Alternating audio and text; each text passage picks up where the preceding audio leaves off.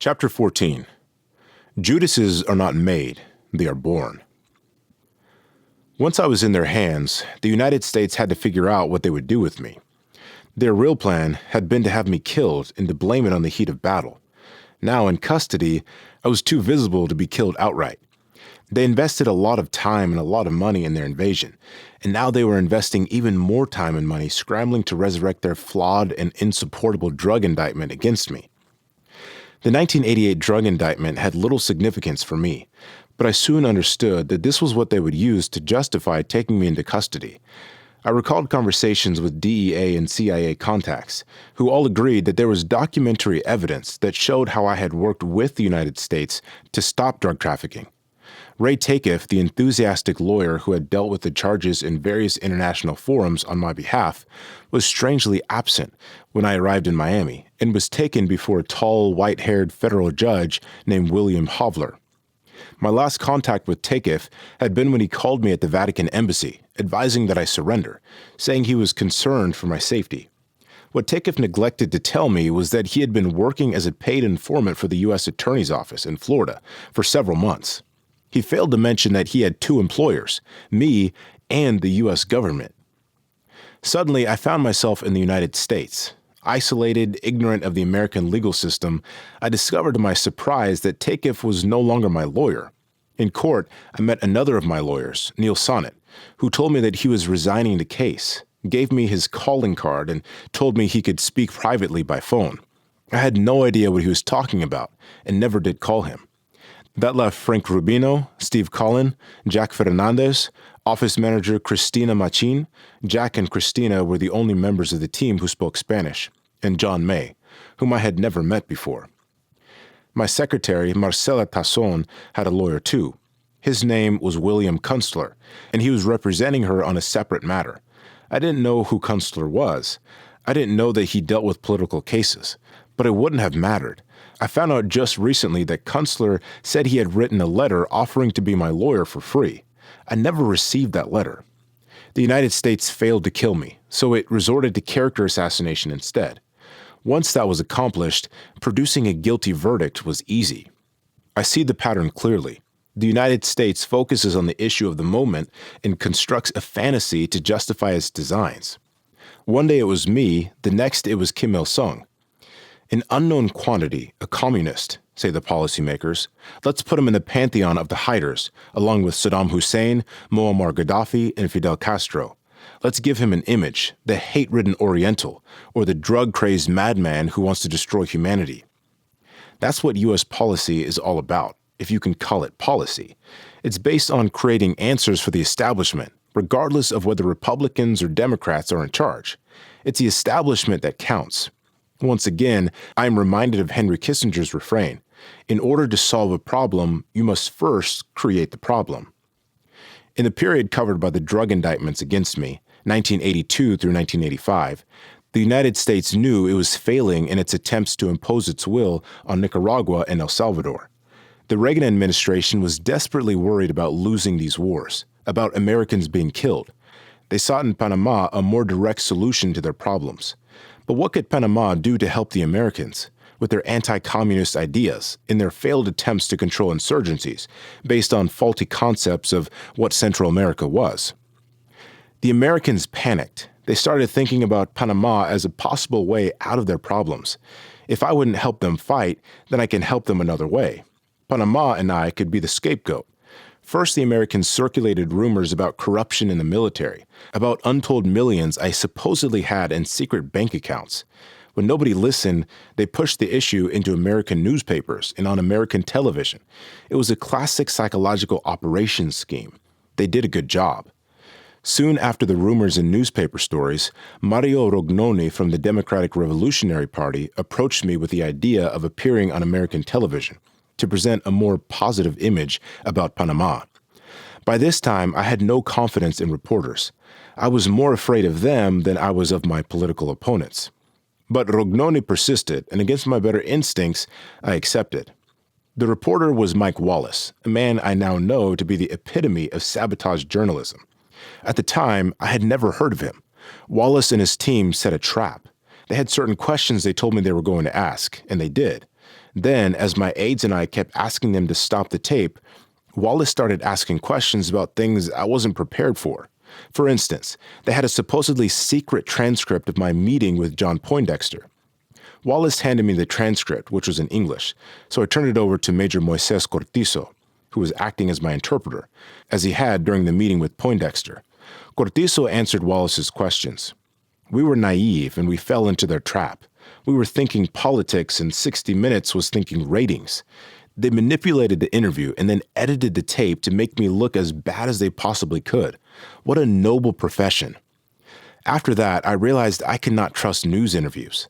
Any interview I gave was short and on the run, so I could avoid being caught in the same trap twice. I was dealt with in the media based on American prejudices and deceptions, no matter what the truth was. It was a gradual crescendo of propaganda discrediting me personally, bringing up innuendo about drug cases in which, in fact, we had cooperated with the U.S. Drug Enforcement Administration. We tried to counteract the propaganda by publishing the letters of commendation, the evidence from the U.S. officials that we were providing assistance, so that there would be a public record of what we were doing with them. We had letters, commendations, and lists of drug traffickers captured in joint operations with the DEA. The United States manufactured an entire vision of money laundering and drug dealing that revolved around me. As proof, they offered trumped-up charges about my supposed clandestine wealth and all of the intrigue surrounding my supposed accomplices. First, U.S. prosecutors charged that Panama had created a haven for laundering drug dollars. This was false. The Americans imposed the status of banking haven on Panama for their own purposes. U.S. businessmen wanted their own version of Swiss banks and convinced their friends in Washington to play along, with help from their nearby Panamanian banking allies. It was none other than Nicolas Ardito Barletta, protege of George Shultz, who, with then-President Demetrio Lacas, created special Panamanian banking privileges in the 1970s, along with bank secrecy laws that rivaled Switzerland's. Buoyed by a freely convertible U.S. dollar, Panama maintained the largest banking sector in Latin America, all laid out and planned by the United States during the oil boom of the 1970s and 1980s. There were petrodollars everywhere, mostly from the Arab countries. As a result, all sorts of side businesses developed. Shell companies were created, existing in name only in Panama for tax shelter purposes. Lawyers like Guillermo Endara, later installed as president after the U.S. invasion, prospered when they specialized in creating and participating in these shell companies on behalf of foreigners, for a percentage, of course. So the Bank Secrecy Act, propelled by the United States, fostered the growth of money laundering. Any drug dealer or any terrorist organization was permitted by Panamanian law to anonymously maintain accounts in Panama. Nevertheless, when the United States needed banking information on such people, they came to me for help. I personally opened our books to the United States, countermanding our laws so that they could see our accounts without having to sue anyone or enter into negotiations, just on grounds of good faith and law enforcement. Things changed when Omar Torrijos took power and started criticizing the banking system. American money is sleeping here, but it isn't making Panamanian babies, he would say. There was no long-term financial benefit to Panama. It gave the United States a hammer with which it could punish our country. When they wanted to hurt our economy in 1988, for example, they simply pulled their money out of the banks. The banks closed, lateral businesses went bankrupt, people were forced into unemployment, and we fell into a deep recession. After charging me with being responsible for money laundering, the Americans next charged me with amassing obscene quantities of money and of cavorting with mystery men who helped me do this. Key among the shadowy men was Mike Arari, a former Mossad agent who acted as a sales agent in Panama for much of our military procurement. He was a friend in contact, but I had no business relationship with him at all. Much was made in the news media of Arari's presence in Panama, and it was all grossly exaggerated. Arari was never my advisor, nor did Israelis ever have a permanent advisory or security role within the Panamanian armed forces. He arrived in Panama during the time of Torrijos and was well known by my men who would be Israeli prime ministers: Menachem Begin, Yitzhak Shamir, and Shimon Peres. It was prior to the signing of the treaties, and Torrijos secretly wanted to use these Israeli purchases to obtain material for our secret plan to sabotage the Panama Canal, in the event that the canal treaties were not signed. This presented a problem, however, because Israel's client status with the United States required that it inform the Americans whenever it sold technology to third countries. Obviously, Torrijos didn't want to arouse Israeli suspicions, so the first attempt at doing business with Harari went nowhere. Later, Harari sold us airport emergency lights, and sometimes he helped us buy Uzis, riot control vehicles, and other weapons from his government's military production company, Israeli Military Industries. He operated as an agent, and I assume he earned a percentage of sales. This was all done publicly. In the sale of emergency lights, for example, his bill was unpaid at the time of the invasion. Endara's U.S.-installed government ended up paying for the lights because it was a valid charge. Harari acted as agent for maintenance equipment on Boeing 727 aircraft. He also had a widely publicized plan that he never completed, which earned him many political enemies. It was a magnificent project to convert Paitilla Airport, which is a small downtown Panama City airport, into a shopping and apartment mall. He would then build a new facility on recovered land down the coast, creating a new peninsula for the airport. Harari always got us the best prices. Sometimes he represented the Israeli government-owned industries. Other times he was an agent for other Israeli businesses in Panama. And sometimes he helped us organize specialized training courses from the Israeli military, special forces, scuba diving, and commando training. Harari also set up visits to Israel for Panamanian businessmen. In one such case, I introduced him to an acquaintance, Roberto Eisenman, the publisher of La Prensa, who would later become a key source of opposition to me in the defense forces. On my request, Harari hosted Eisenman and his wife twice on an Israeli tour. In the final phase of the boycott and tensions leading up to the invasion, the United States asked Israel if they could use Harari as a mediator for my departure from power. The indictment against me was already in place, and the Americans were threatening Harari with a subpoena if he stepped on U.S. soil. But nothing ever happened. I believe it was because the Israeli premier at the time, Yitzhak Shamir, asked the Americans to keep Harari out of the spotlight. Finally, I was told, Harari was spirited out of Panama by the Americans when the invasion took place. That showed that he was probably more valuable to the Americans than he ever was to Panama or to me. Mike would have been a good witness on my behalf at the drug trial, but Israel thought that might be embarrassing, and he never showed up. There were other so-called mystery men. My friend Carlos Witt Green was supposedly a conduit for funneling money to me.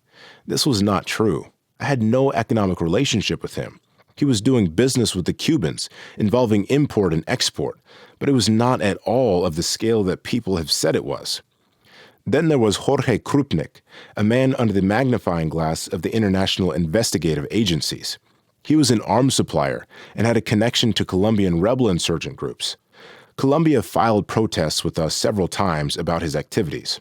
Interpol, the International Police Information Service, was tracking Krupnik, and information was exchanged between Panama and Colombia about him.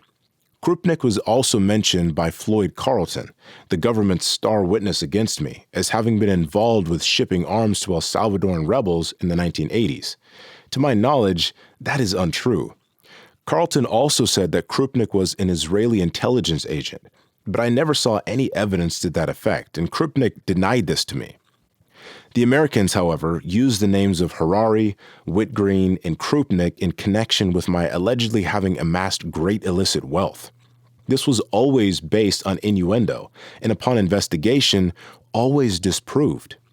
A report in the Miami Herald, for example, said that the Americans had no basis for the charges that I had stolen and hidden away millions of dollars.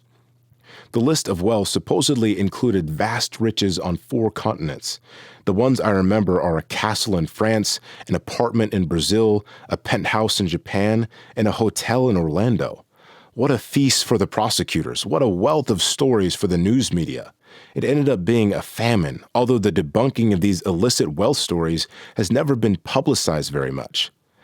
Investigators went to the apartment they said I owned in Brazil and found that it belonged to Raquel Torrijos, Omar Torrijos' widow, who lives there.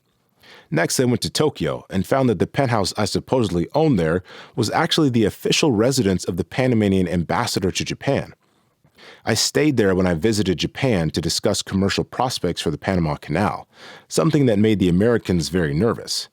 As for the hotel in Orlando, It belonged to the Riando chain, which also owns the Hotel Continental in Panama and a hotel on Miami Beach. The Riande chain has disclosed its officers and shareholders, showing that I am not on the list. Finally, there was the case of the French castle. I have visited France and have been a guest at some fancy places, but never a medieval castle. The chief of state and commander of the armed forces has considerable clout in Panama. You live like a king. You take away the king's crown, and he no longer lives like a king. It was inherent in my position and my mission for Panama that I travel around the world. Who paid for hotels and travel and meals? I was the leader, and the government paid when the leader traveled. How different is this in any other country? Was this the justification for an invasion and a drug trial? Was the Panamanian system on trial, and did the United States have the right to decide what trappings were given to Panama's leaders? Furthermore, they were trappings of state, and they remained with the state, just as happens anywhere else. Does the President of the United States take his limousine and his presidential jumbo jet with him when he leaves office? The United States government and the prosecutors at the drug trial against me perpetuated an idiotic game. They tried and convicted me by saying that they had shady evidence of personal wealth. And since the world accepted their propaganda, I was the devil, the drug fiend. This money must be bad money. If I have any money at all, it must be from drug dealing, because everybody knows that I am who I am. But what does everybody know? How do you know anything about me? What is the basis for an indictment in U.S. federal court for misappropriation of funds and amassing drug profits? What is the basis for an invasion and 40 years in jail? In the final argument of their drug case, the government prosecutors, rather than telling the jury to convict me as a drug dealer, declared, "Convict this dictator."